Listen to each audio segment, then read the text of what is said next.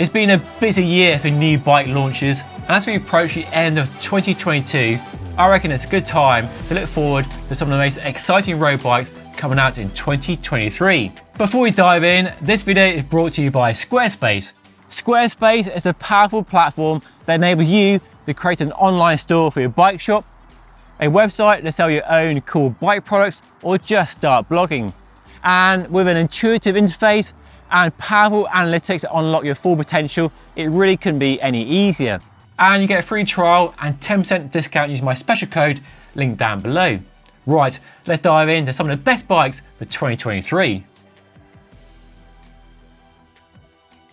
And first on my list is probably the most radical new road bike for 2023, the all-new Trek Madone SLR. And it's radical thanks to the ISOFlow, their name for a hole in the seat tube which replaces the old ISOSpeed decoupler on the previous generation model. It's definitely a talking point, but it's claimed to make the bike lighter and more aero than the old bike with no impact on the comfort. But I found when I rode it recently, a link to my review above, is that it's not quite as smooth as the old bike, which is a real shame. But thankfully there's space for wide tyres, so you can replace the 25mm wide tyres it comes with and fit a nice chunky tyre for more real world comfort. As distinctive as the ISOFlow, it's a brand new one-piece handlebar and stem, which is way narrower than most handlebars, and narrower in the hood than the drops, just 39cm from hood to hood. That brings your shoulders and your arms in to reduce your frontal surface area to make your body more aero than a wider handlebar. And the result of that handlebar and that new ISOFlow is a bike, of course, claimed to be more aero and therefore faster than the bike it replaces. But how aero is it really? Well, I took it to a wind tunnel to find out, and you can see the results of that in the video linked up above.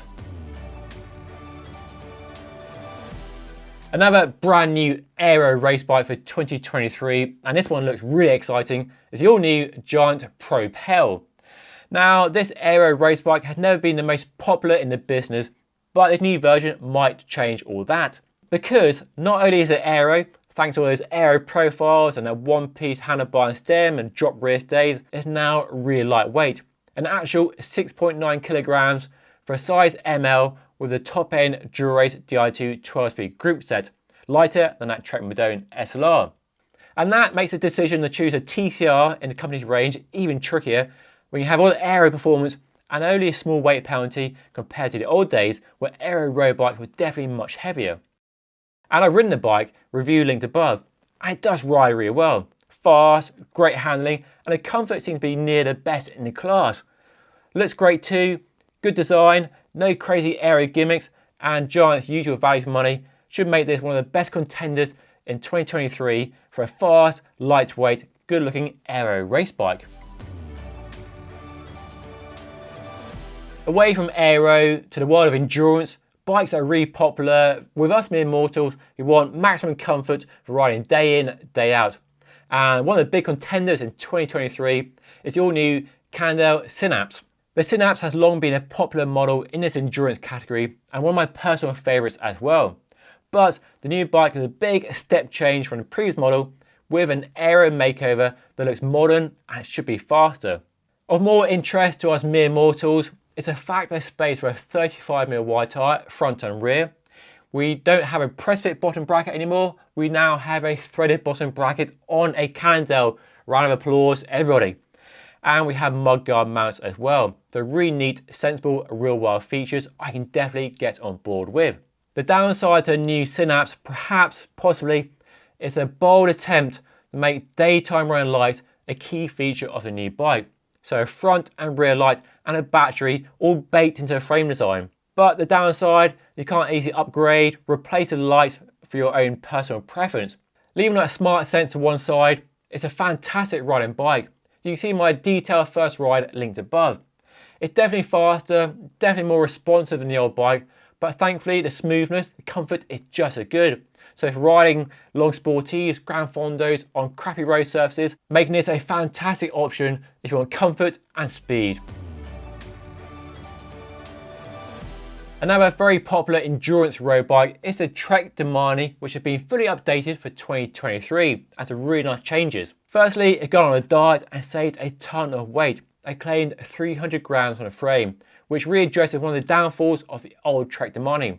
As well as it rode, as good as the performance and comfort was, the weight was an issue. It's definitely on the portly side, so the weight improvements are definitely appreciated.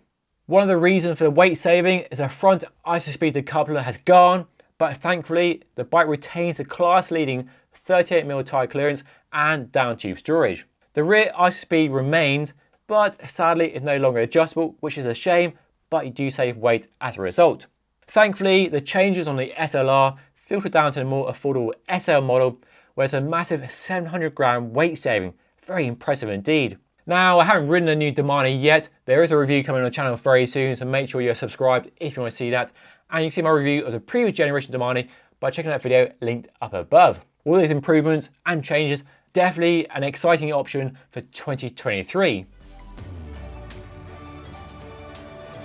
Back to speed-focused bikes, and way back in the early 2000s, the original Cervelo Soloist was one of the first game-changing aero road bikes. A road bike that borrowed all the aero from a time trial bike.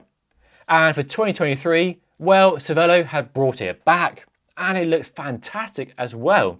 Interestingly, the new bike isn't positioned as a top-level, money no object race bike as so many new bikes are, because they already have the S5 for that. But instead, the new Soloist is a bike aimed at being more accessible and, dare I say it, more affordable, with prices starting from £3,000 and topping out at £7,000. Still lots of money, but a long way short of the £13,000 of some range shopping bikes. So the new bike is lighter, but not as aero as the S5, and more aero than the R5, and there's some really nice details that should make it easier to live with and do maintenance on at home. So for example, they kept a regular two-piece handlebar and stem with very simple internal cable routing that goes underneath the stem. So you can change the handlebar, change the stem to get your fit just right. And then add in space for 34mm wide tyres, so great for rough road comfort or even, dare I say it, light gravel.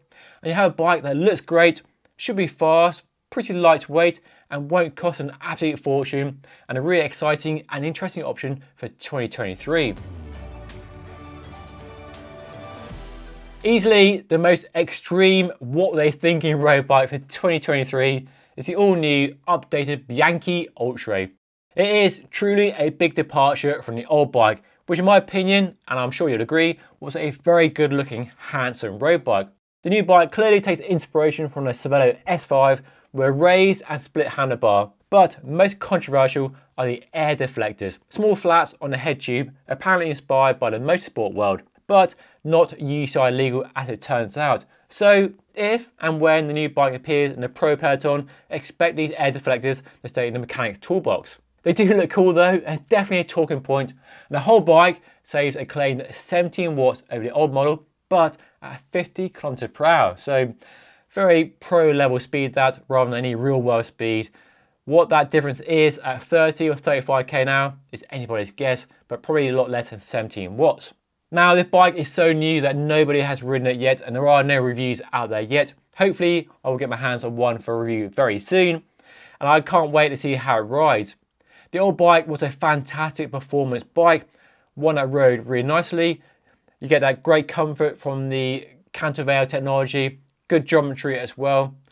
So hopefully this new bike retains the essence of the old bike and they haven't lost that in that pursuit of aero and extra speed that this new bike clearly looks to go after. The Canyon Ultimate is a modern classic. It's been around for years and years, hasn't really changed that much, but it's an easy choice. Does everything you want from a road race bike. The new bike doesn't mess with the formula, but it's improved in a few areas to make it more refined to be the perfect all-round excel everywhere road bike. Light enough, aero enough, stiff enough that works in the mountains, works on flat roads for racing and grand fondos. The new bike has a few small but key changes. We now have full internal cable routing with a brand new handlebar and stem, something many people wanted from the old bike. There's also space for a 32mm wide tyre, in line with many other bikes like a Giant TCR and a Specialized Tarmac SL7. And would you believe it, you can fit a wide gravel tyre if you really want to. Link to that video, link above. Definitely an interesting experiment. Probably wouldn't recommend it, but you can if you really want to.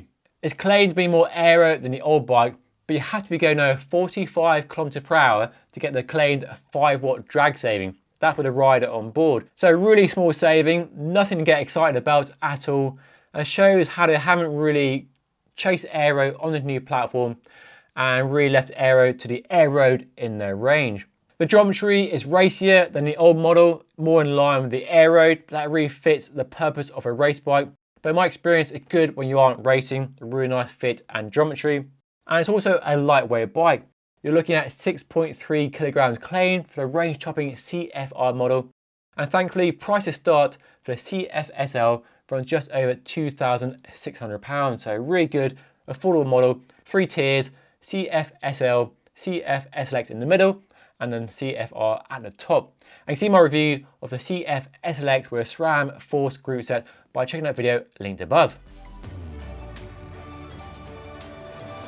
The Scott Foil is one of the original aero road bikes launched way back in the early 2000s, but for 2023 it's a radical new bike that apparently pushes the limits of the new UCI rules as far as possible. And the result is a bike claimed to be 20% faster, 9% lighter and 10% comfier. Very impressive indeed. It's a bike that apparently makes the most of the UCI relaxing some of its rules around frame design, a rare thing indeed. So most notably are something called compensation triangles between the main junctions are now allowed. And the biggest example is the one on the bottom bracket, that shelf between the seat tube and the down tube. Extra comfort comes courtesy of space with 30mm wide tyres, and then a really clever seat post.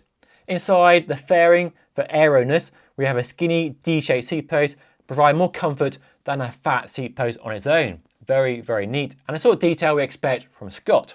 Hopefully the new bike with that seat post and wide tyres offers a smooth ride than the old bike and doesn't trade in comfort in pursuit of aero, because it's definitely one of the more aero looking road bikes available right now. Aero and lightweight don't usually go hand in hand. There's usually a compromise somewhere. But German brand Cube's brand new Litening AIR C68X aims to change all that. The top end model of the new bike comes in at a claimed 6.6 kilograms, which is very impressive and makes it one of the lightest aero road bikes you can currently buy. So the frame is brand new, but it's not an out and out aero road bike. The company still has a full aero bike in the range. This is aimed as a lightweight aero crossover in the mould of the Specialized Tarmac SO7. So the brand new frame weighs a claimed 799 grams, which is lighter than a typical 900 grams or so of an aero frame such as the Scott Foil I showed you earlier. And as you can see from the pictures, the tube profiles are all smaller than a typical aero race bike, but they still have that truncated profile to reduce drag. So a really exciting bike, and as usual with Cube, the value for money is really good. So a Shimano Ultegra Di2 bike will set you back just £6,000, which is really good. And now for something a little different, something that isn't carbon fibre, a super magnesium road bike from US company Vaast. This is a brand new R1, and you see my detailed review by checking the video right up above. Now super magnesium isn't a super popular frame material yet, but definitely could be in the future and has loads going for it. When I rode it, I found the comfort and performance was fantastic. Lighter than aluminium, almost as light as carbon fibre, and the ride quality is smoother than aluminium and almost on a par with a good carbon fibre frame, but at a fraction of the price. For comparison, you're looking at about £1,200 less than a similar equipped carbon fibre road bike. So really good value for money, great performance, lightweight, nice smooth ride quality, all good things you want in a road bike. If you enjoyed this video and you want to see some more of the best road bikes available right now, then check this video right up here, and don't forget to subscribe by hitting the button right here.